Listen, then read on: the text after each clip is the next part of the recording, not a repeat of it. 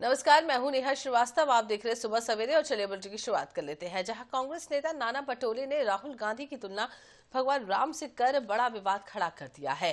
पटोले के मुताबिक राहुल दलितों वंचितों के लिए काम कर रहे हैं, जो भगवान राम का कार्य है। उन्होंने राजीव गांधी के मंदिर गेट खोलने का भी जिक्र किया। इसके अलावा उन्होंने कहा है कि इस कथन को लेकर केंद्रीय मंत्री गजेंद्र शेखावत का बयान सामने आया। उन्होंने कहा कि कांग्रेस अस्तित्व विहीन हो चुकी है। सरकार होते भी कांग्रेस ने राम के अस्तित्व को नकारा था, अब भगवान श्री राम को काल्पनिक बताया था।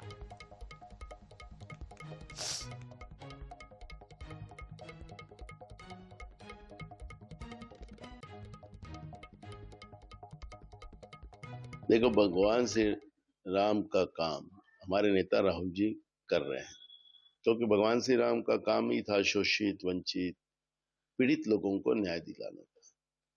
और पूरे देश में घूमकर हमारे नेता वही काम जो भगवान श्री राम का था वही कर रहे हैं।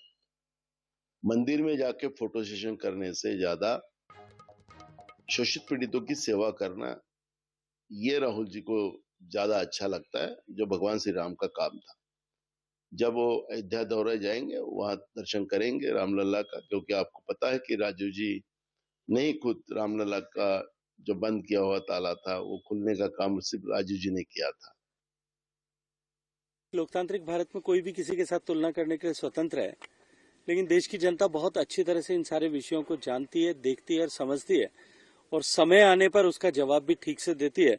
इस तरह की तुलनाओं के करते करते कांग्रेस पार्टी, जो लगातार 55 साल तक देश में सत्तासीन थी, वो सिमटते सिमटते सिमटते सिमटते भगवान राम की धरती पर आते आते तो लगभग जो है अस्तित्व विहीन हो गई है। ये वही लोग हैं, इनको सिर्फ याद रखना चाहिए कि जिनकी सरकार के होते हुए राम के अस्तित्व को नकारा गया था। ये वही लोग हैं जिन्होंने सुप्रीम कोर्ट में एफिडेविट फाइल करके कहा था कि राम काल्पनिक कथा थी। एक बार जो है नाना पटोले जी को इस बात का स्पष्टीकरण निश्चित देना चाहिए कि वो काल्पनिक राम के या मर्यादा पुरुषोत्तम राम।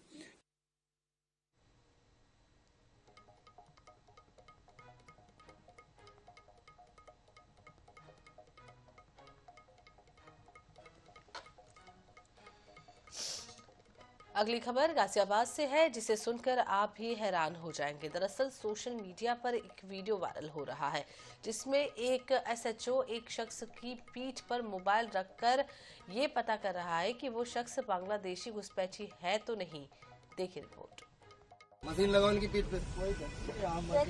बोलो कहाँ के? बांग्लादेश के। मशीन तो बांग्लादेश बता रही है। ऐसा भारत में ही हो सकता है? क्या हो सकता है? फिर से गाजियाबाद एसएचओ अजय शर्मा को सुनिए, फिर तफसील से पूरे वीडियो पर बात करेंगे। बांग्लादेश के तो नहीं हो? नहीं, झूठ मोल। मशीन पकड़ने वाली मशीन लगाओ भाई इनकी पीठ पे। हाँ तो उधर उधर को दिखाओ, उधर को मशीन लगाओ इनकी पीठ पे। बोलो कहाँ के? बांग्लादेश के। मशीन तो बांग्लादेश बता रही है। बिहार, यूपी, हाथ, अररिया जिला। कौन है बांग्लादेश का? यहाँ सिर्फ अररिया। तो सुना आपने, एक नया आविष्कार हुआ है जिसे भौतिकी क्षेत्र का नोबेल पुरस्कार मिलना चाहिए, और आविष्कार करने वाले एसएचओ अजय शर्मा को कम से come out of turn promotion देकर कम आईजी या डीआईजी बना ही देना चाहिए, ताकि वो यूपी को बांग्लादेशी घुसपैठियों से मुक्त करा सकें। और इस बात की गारंटी ये वीडियो है। वीडियो में आप देख सकते हैं, एसएचओ अजय शर्मा एक शख्स से उनकी पहचान जानना चाह रहे हैं, और एसएचओ साहब उस शख्स की पीठ पर मोबाइल लगाते हैं, जिसके बाद उनका मोबाइल बता देता है कि यह शख्स बांग्लादेशी है। गजब है एसएचओ साहब आप, और अद्भुत है आपका मोबाइल। अब चुनाव आयोग को इस वीडियो का संज्ञान लेना ही चाहिए और ऐसे मोबाइल बीएलओ और बाकी पुलिस बल को दे देने चाहिए, ताकि पीठ पर मोबाइल लगाकर सेकंड्स में यह पता लगा लिया जाए कि सामने वाला शख्स बांग्लादेशी है या नहीं। मानना पड़ेगा एसएचओ साहब के डेडिकेशन को, जो पूरे लाव लश्कर के साथ गाजियाबाद की गलियों में घुसपैठियों की युद्ध स्तर पर तलाश कर रहे हैं। मानना होगा विशेष एफर्ट लगा रहे हैं, ताकि अमित शाह घुसपैठिया मुक्त भारत वाला सपना पूरा किया जा सके। और दिलचस्प है उनकी कला और विज्ञान की समझ। SHO साहब का मोबाइल ना हुआ, कोई एक्सरे टाइप की मशीन हो गई है जो किसी शख्स की शिनाख्त सुनिश्चित कर सकती है। सब मातहत SHO साहब की इस अनोखी प्रतिभा को देखकर थोड़े से हैरान भी नजर आ रहे हैं। शायद इसके पहले SHO साहब अपनी प्रतिभा का प्रदर्शन नहीं किया होगा। बहरहाल प्रतिभा परिचय की मोहताज नहीं होती, वक्त आने पर प्रतिभा प्रकट हो जाती है। कुल मिलाकर SHO अजय शर्मा को विशिष्ट सेवा के लिए सम्मान मिलना ही चाहिए। मोबाइल से महान राष्ट्र भारत की सेवा करने के लिए SHO अजय शर्मा को हमेशा याद किया जाएगा, और याद तो इसलिए भी किया जाएगा कि इन्होंने मोबाइल नागरिकता जानने का हुनर दुनिया को दिखाया है। Bureau report, INS 24/7। इधर इंदौर के भागीरथपुरा में दूषित पानी से हुई 13 मौतों के बाद राजनीति चरम पर है। कांग्रेस सेवा दल ने गुरुवार को बीजेपी पर करारा हमला बोलते हुए यमराज के प्रतीकात्मक पोस्टर चस्पाकर निगम मुख्यालय में प्रदर्शन कर दिया। सेवा दल के कार्यकारी शहर अध्यक्ष विवेक खंडेलवाल कार्यकर्ताओं के साथ पहुंचे और बीजेपी को यमराज का स्वरूप बताते हुए निगम मुख्यालय में पोस्टर लगाए हैं। इस दौरान महापौर और अधिकारियों के खिलाफ नारेबाजी की गई है। खंडेलवाल ने यह भी कहा है कि निगम परिषद जनता को सबसे बुनियादी सुविधा स्वच्छ पानी भी नहीं दे पा रही है। हालात ये है कि शहर में मौतों का सिलसिला लगातार जारी है। सैकड़ों लोग बीमार पड़े हुए हैं, पर जिम्मेदारों पर कोई कार्रवाई नहीं की जा रही है।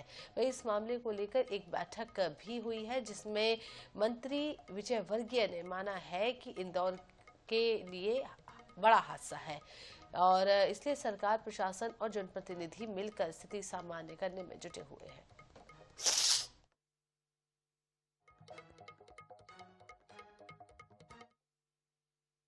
देखिए, हमने मुख्यालय पर पोस्टर चस्पा करें, यमराज कमल छाप पानी। जिस तरह से भारतीय जनता पार्टी की परिषद ने जो सबसे मुख्य काम होता है जनता को स्वच्छ पानी देना, वो भी नहीं दे पाई। जब जनता से वोट डालने गए थे तो बोले थे कि जनता भगवान है, पर ये लोग यमराज बन चुके हैं।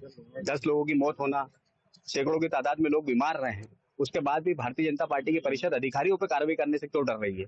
वो अधिकारी इतने मजबूत कैसे हो गए हैं कि वो नेताओं से ज्यादा भारी हो गए हैं? लोगों को स्वच्छ पानी नहीं मिल रहा है और उसके बाद भी अब ये बोल रहे हैं कि जांच कमेटी बनाई जाएगी। इसीलिए आज हमने पोस्टर चिपकाया। हमने बताया कि नगर निगम यमराज बन चुकी है जनता के लिए और आने वाले समय में जनता इसका जवाब उनको मुंह तोड़ रूप से देगी। इनकी गिनती लाइन अप ट्रीटमेंट से हो जाएगी। लाइन अप ट्रीटमेंट से आपको ट्रीटमेंट क्या दे रहे थे, वो तो ऑन पेपर है, उससे हो जाएगा। क्षेत्र के कुछ लोगों को ये कहना है कि हमारा ट्रीटमेंट घर में ही हो रहा था, उनकी मौत वही पता लग जाएगा, कोई बड़ी बात नहीं है। ऐसे केस भी होंगे तो उनकी भी चिंता। देखिए, सवाल ये नहीं है, अगर आदमी की डेथ हुई है तो हमें उसके परिवार के प्रति सहानुभूति। अपनों को खोने का दर्द अगर किसी और के लिए राहत बन जाए तो वह सिर्फ कहानी नहीं, इंसानियत की सबसे मजबूत मिसाल बन जाती है। रायपुर से एक ऐसी ही मार्मिक कहानी सामने आई है, जहां माता पिता ने अपने बेटी और बेटे की याद को आंसुओं में नहीं बल्कि दूसरों के लिए छाप बनाकर जिंदा रखा। 46 लाख रुपए दान देकर मरीजों के परिजनों के लिए बनवाया गया एक ऐसा ठिकाना जहां हर रात किसी न किसी की मजबूरी को सुकून मिलता है।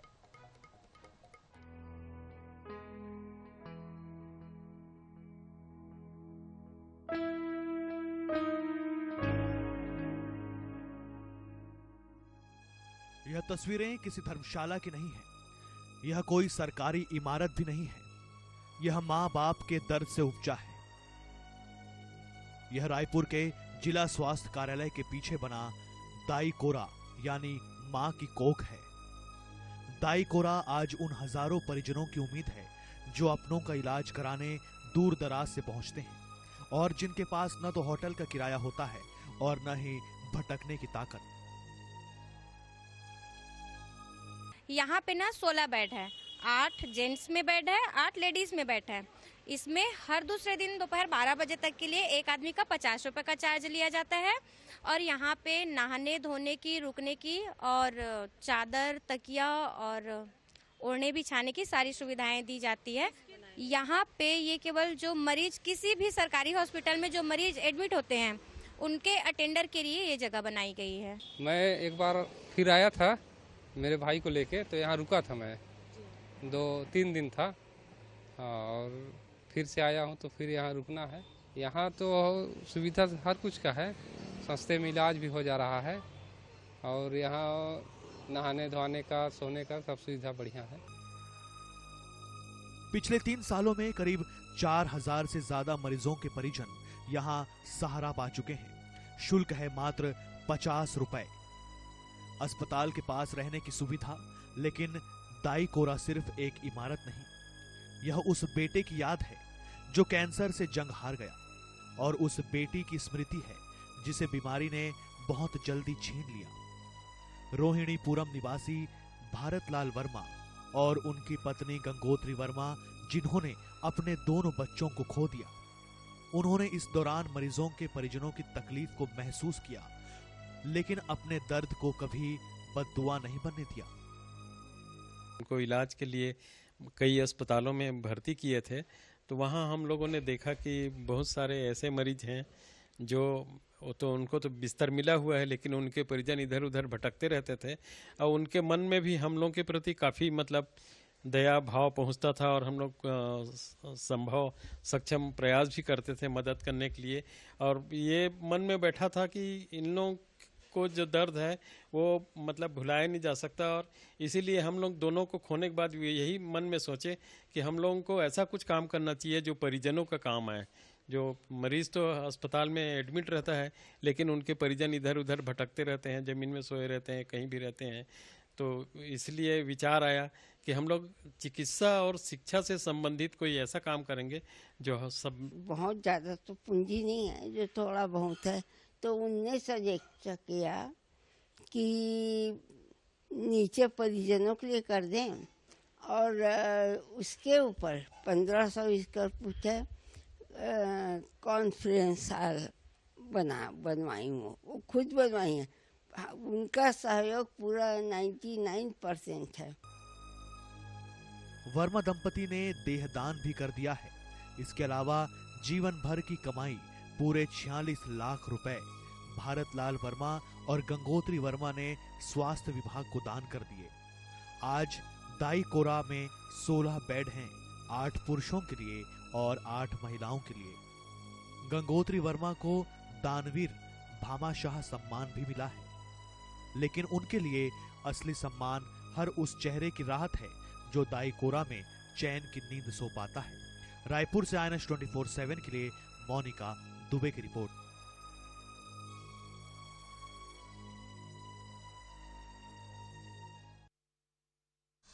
इधर मुख्यमंत्री डॉक्टर मोहन यादव के छोटे बेटे डॉक्टर अभिमन्यु यादव और बहू डॉक्टर इशिता यादव की नर्मदा परिक्रमा यात्रा का विधिवत समापन हुआ है। इस अवसर पर आयोजित समापन कार्यक्रम में सीएम डॉक्टर मोहन यादव भी शामिल हुए। परिक्रमा पूर्ण होने के बाद नवविवाहित जोड़े ने भगवान महाकालेश्वर मंदिर में दर्शन किए, पूजा की, जल अर्पण किया और मां नर्मदा से प्रदेश की सुख समृद्धि की कामना की।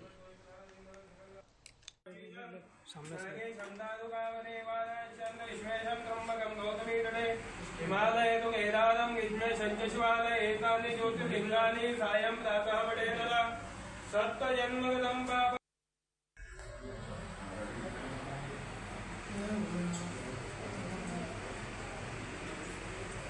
अपना नाम और गोत्र बोल के चढ़ाइए। ओम नमस्ते रुद्रमन्यवतो देववे नमः वाव्यामदते नमः यादे उदयवादनु रघुवरा भावकाशिनी दयातसंवर्जन्तमया गिरिजन्ता विजागजे या विवंगिरिजन्ता तयगतवे विवंगितसंगमहेगं ये परिभञ्जगराजिवेनो साधुवादिनाचावदावदयेनः। ओम शं भवाय जवयो भवाय नमः नर्मदा मैया की शिवाय शिवतलाय च ओम भवाय तेजो मनातं च श्रीजल्ले मल्लिकार्जुनमुज्जन्यं महाकालम्।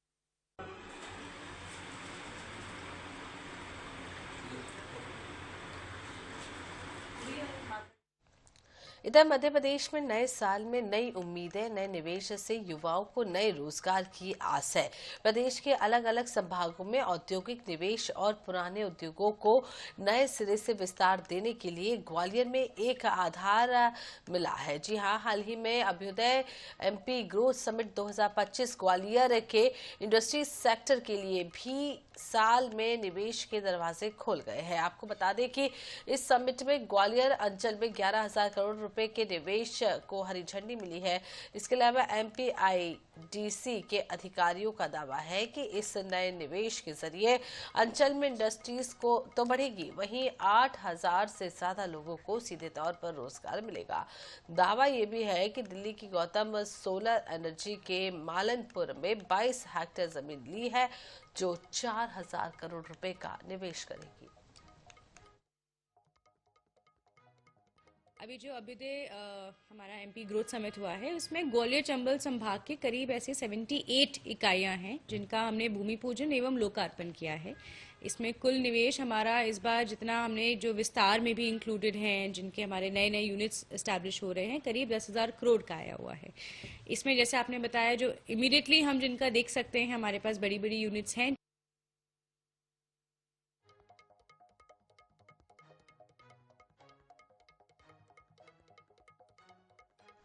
तो भारत को अब पहली वंदे भारत स्लीपर ट्रेन मिलने जा रही है और भारतीय रेलवे ने इस ट्रेन के रूट और किराए का भी ऐलान कर दिया है। ये ट्रेन गुवाहाटी से हावड़ा के बीच चलेगी।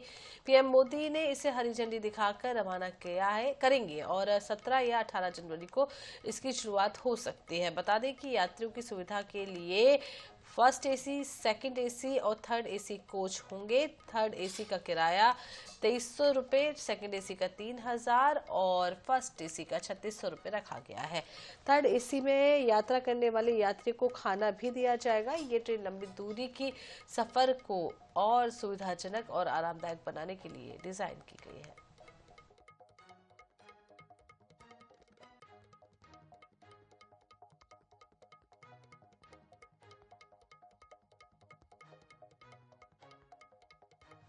और इसी के साथ इस बुलेटिन में फिलहाल इतना ही। रुकते छोटे से ब्रेक के लिए, ब्रेक के बाद चल लौटेंगे।